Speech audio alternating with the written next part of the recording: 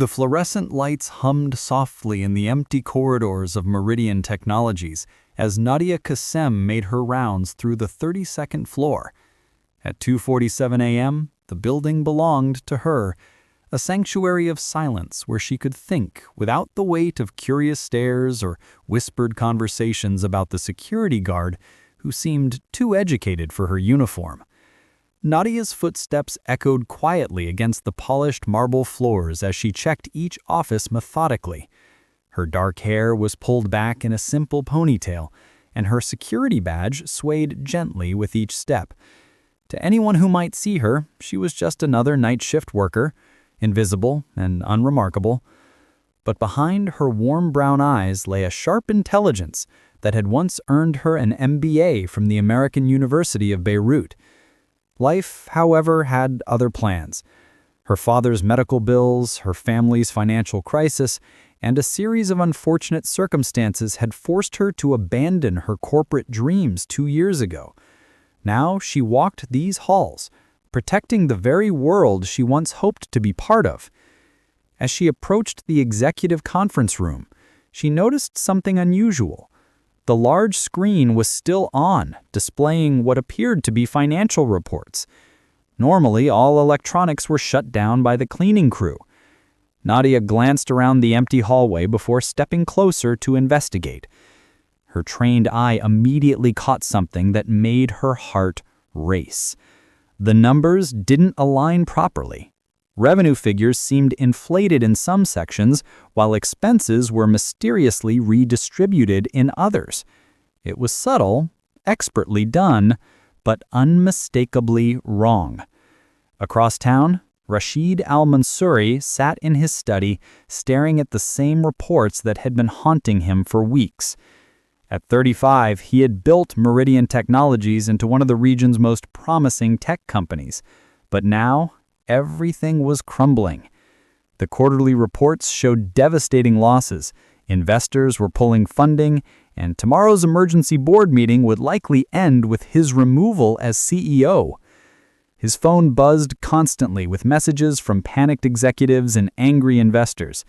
His deputy director, Khalil Farouk, had been working around the clock trying to find solutions, but even Khalil, his most trusted advisor, seemed resigned to the company's fate. Rashid rubbed his tired eyes, wondering where he had gone wrong.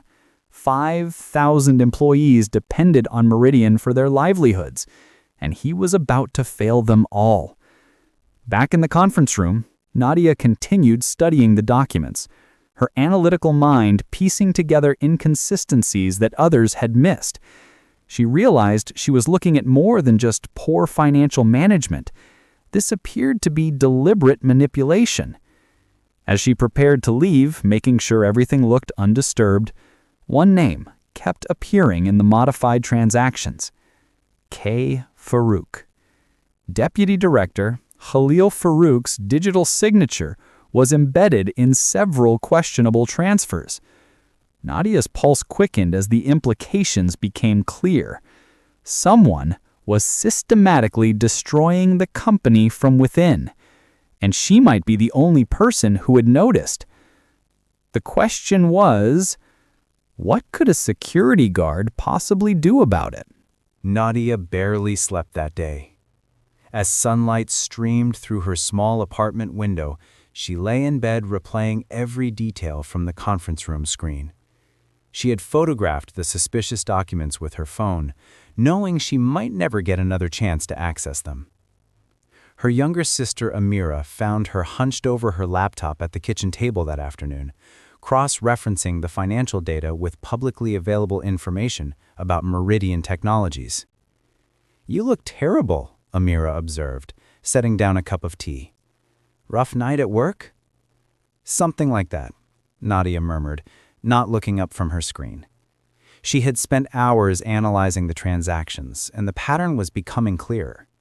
Khalil Farouk had been systematically funneling money through shell companies, making it appear as legitimate expenses, while actually transferring funds to offshore accounts. The scheme was brilliant in its complexity, too sophisticated for most people to detect, but not sophisticated enough to fool someone with Nadia's background. She estimated that over the past 18 months, nearly $20 million had been stolen from Meridian's accounts. "Nadia, you're scaring me," Amira said, sitting across from her. "What's going on?" Nadia finally looked up, her eyes red from strain and lack of sleep. "I think I discovered something at work. Something big." She explained what she had found, watching her sister's expression shift from confusion to alarm. "You have to tell someone," Amira insisted. "This could save the company." "Tell who?" Nadia laughed bitterly. "I'm a night security guard. Do you think anyone would believe me? They'd probably think I was trying to extort money or get attention." But even as she spoke the words, Nadia knew she couldn't remain silent. Somewhere in the city, Rashid Al-Mansouri was preparing for what he believed would be his final day as CEO. 5,000 employees would lose their jobs because of one man's greed. That evening, as Nadia prepared for her shift, she made a decision. She printed out her analysis, carefully organizing the evidence she had compiled. Her hands trembled slightly as she folded the documents and placed them in her security jacket. The Meridian building felt different that night, charged with the tension of impending doom. News vans were already gathering outside, and she could see lights burning in the executive offices despite the late hour. During her midnight round, she passed Rashid's office and was surprised to see him still there, slumped over his desk, surrounded by papers and empty coffee cups. He looked defeated, a shadow of the confident leader she occasionally saw during the day shift changes. As she continued her rounds, she encountered Khalil Farouk leaving his office. He barely acknowledged her presence. She was invisible to him, just another piece of the building's infrastructure. The irony wasn't lost on her that his dismissive attitude had made her the perfect witness to his crimes. "Working late, sir?" she asked politely. "Emergency preparations for tomorrow's meeting. Some of us are trying to save what's left of this company." The audacity of his response strengthened Nadia's resolve. As she watched him disappear into the elevator, she made her final decision. Tomorrow morning, before the board meeting began, she would find a way to speak with Rashid Al-Mansouri. Even if it cost her job, even if no one believed her, she couldn't let an innocent man's company be destroyed by the very person he trusted most.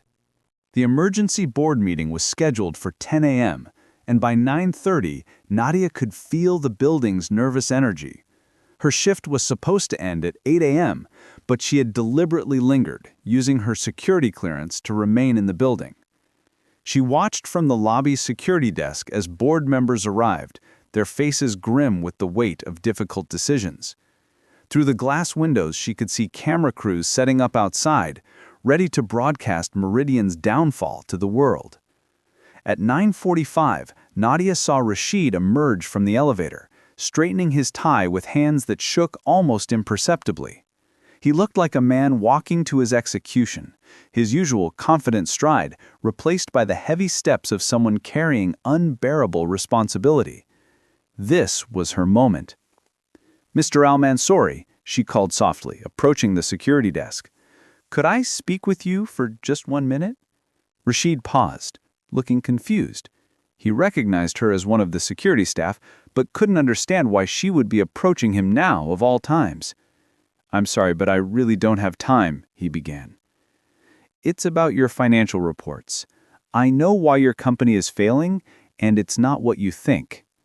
Something in her tone made him stop. "Beg your pardon?"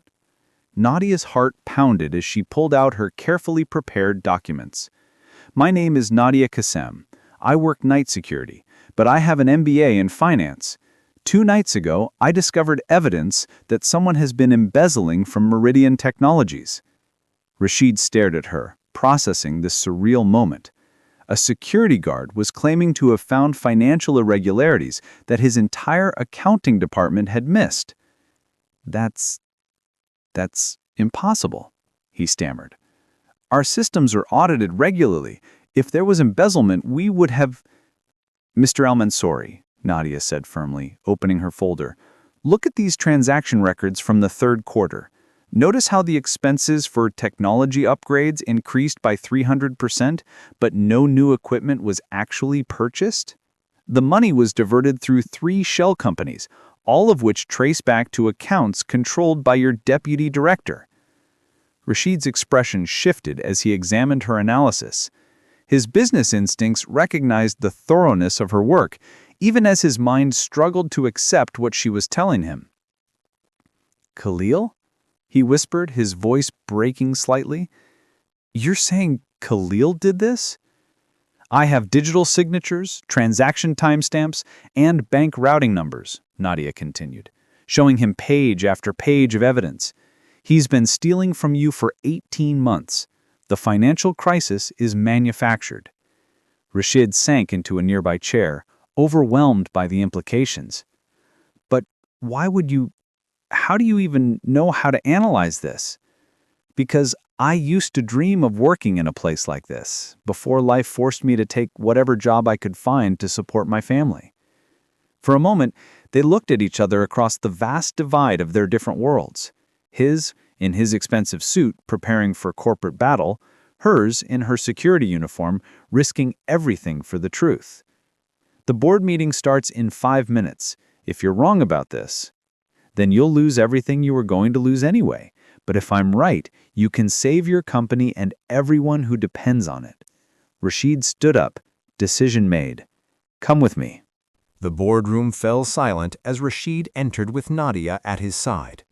12 distinguished board members sat around the mahogany table, their expressions ranging from curious to annoyed at the unexpected delay. Khalil Farouk occupied his usual seat near the head of the table, his face a mask of professional concern. "Rashid, we need to begin," said Helena Morrison, the board chairwoman. "The media is waiting for an announcement, and frankly, we've delayed the inevitable long enough." "Before we proceed," Rashid said, his voice steady despite the magnitude of what he was about to reveal, "I need you all to hear something important. This is Nadia Qasim from our security team. She has information that changes everything." Several board members exchanged glances, clearly puzzled by the presence of a security guard at such a crucial meeting. Khalil's eyebrows rose slightly, but his expression remained neutral. "Rashid, surely this can wait," Khalil interjected smoothly. "We have serious business to conduct." "This is serious business," Rashid replied. "Nadia, please tell them what you told me." Nadia's mouth felt dry as she faced the most powerful people in the company. These individuals controlled billions in assets and made decisions that affected thousands of lives. But as she looked around the table, she reminded herself why she was here. "Ladies and gentlemen," she began, her voice growing stronger with each word, "Meridian Technologies is not failing due to market conditions or poor management. Your company has been systematically robbed by someone in this room." The reaction was immediate. Board members shifted uncomfortably, some looking skeptical, others intrigued. Khalil leaned forward, his mask of concern deepening. "I have documented evidence," Nadia continued, opening her folder, "showing that approximately $20 million has been embezzled over the past 18 months through a sophisticated network of shell companies and falsified expense reports." She began distributing copies of her analysis, watching as the board members studied the financial data with growing alarm. "These are serious accusations," Helena Morrison said carefully. "Do you have proof of who is responsible?" Nadia's eyes met Khalil's across the table. For the first time, she saw a flicker of something, fear perhaps, or calculation. The digital signatures and authorization codes all trace back to Deputy Director Khalil Farouk. He used his administrative access to approve false vendor payments, reroute legitimate transactions, and manipulate quarterly reports to hide the missing funds. The silence that followed was deafening. Khalil stood up slowly, his face flushed with indignation. "This is preposterous. I've dedicated my career to this company. I won't sit here and listen to accusations from someone whose qualifications I question." "Then explain these transactions," Nadia replied calmly, pointing to specific entries in the documents. "Explain why your digital signature appears on payments to companies that don't exist. Explain why the routing numbers lead to offshore accounts in your name. Helena Morrison was already on her phone, speaking rapidly to someone about freezing accounts and initiating a forensic audit. Other board members were examining Nadia's evidence more closely, their expressions shifting from skepticism to outrage. "Security, escort Mr. Farouk from the building," Helena ordered as 2 guards appeared at the boardroom door, "and call the authorities." As Khalil was led away, protesting his innocence, the boardroom erupted in urgent conversations about damage control and recovery procedures. Rashid turned to Nadia, his eyes bright with emotion that went beyond mere gratitude. "You saved my company. You saved 5,000 jobs. I don't know how to thank you."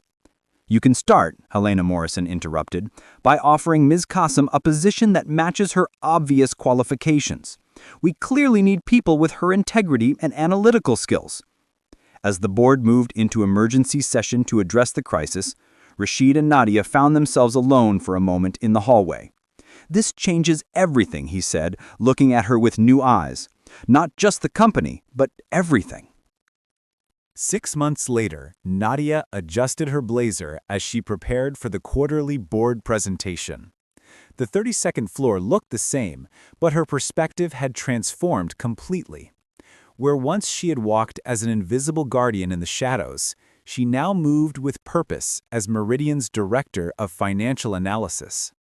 The transition hadn't been without challenges. Some employees had struggled to accept her rapid rise from security guard to executive, and office politics had tested her resolve more than once. But her work spoke for itself. She had not only helped recover the stolen funds, but had also identified several efficiency improvements that increased the company's profitability by 15%. "Knock, knock," came a familiar voice from her office doorway. Nadia looked up to see Rashid holding 2 cups of coffee, a gesture that had become their quiet morning tradition over the past few months. "How do you always know exactly when I need caffeine?" she asked, accepting the cup with a smile that had become increasingly warm over time. "Strategic planning," he replied, settling into the chair across from her desk. "Ready for today's presentation?" "Always," she said, then paused. "Though I still sometimes can't believe this is my life now." Their relationship had evolved slowly and naturally. What began as professional respect had deepened into friendship, then something more profound. They shared late-night discussions about business strategy that gradually shifted to conversations about dreams, fears, and the future they might build together. "I have something to tell you," Rashid said, his tone becoming more serious. "The board approved my recommendation yesterday." "What recommendation?" "I'm stepping down as CEO at the end of the year." Nadia nearly dropped her coffee cup. "Rashid, why? The company is stronger than ever. The recovery exceeded all projections." "Because I want to start something new," he interrupted gently. "A consulting firm focused on helping other companies identify and prevent the kind of fraud you exposed, and I want you to be my partner." "Your business partner?" she asked carefully. Rashid stood up and walked around her desk, taking her hands in his. "My business partner, yes, but more than that, if you'll have me." The moment hung between them, filled with months of growing connection and mutual respect. Nadia looked into his eyes and saw not the CEO who had once been too busy to notice a security guard, but the man who had listened to her, believed in her, and fallen in love with the person she truly was. "The woman who saved my company became the woman who saved my life. I love you, Nadia. Not because of what you did for Meridian, but because of who you are." She stood up, closing the distance between them. "I love you too," she whispered. "But are you sure about this? People will say you're with the former security guard." "Let them," Rashid said, cupping her face gently. "I'm with the brilliant woman who had the courage to speak truth to power. I'm with someone who sees solutions where others see problems. I'm with the person I want to build a future with." Their kiss was tender and full of promise, sealing not just their romantic commitment, but their partnership in every sense of the word. Later that afternoon, as they presented their quarterly results to an impressed board of directors, Nadia reflected on the remarkable journey that had brought them to this moment. She had started as an invisible observer in the shadows and had become an essential part of the company's leadership. But more importantly, she had found something she hadn't even known she was looking for: a partner who valued her mind, respected her strength, and loved her completely. As the presentation concluded and the board members offered their congratulations on another successful quarter, Rashid caught her eye and smiled. In that smile, she saw their future: a new company they would build together, challenges they would face as equals, and a love that had grown from the most unlikely beginning into something beautiful and lasting. The night shift had ended. Their real journey was just beginning.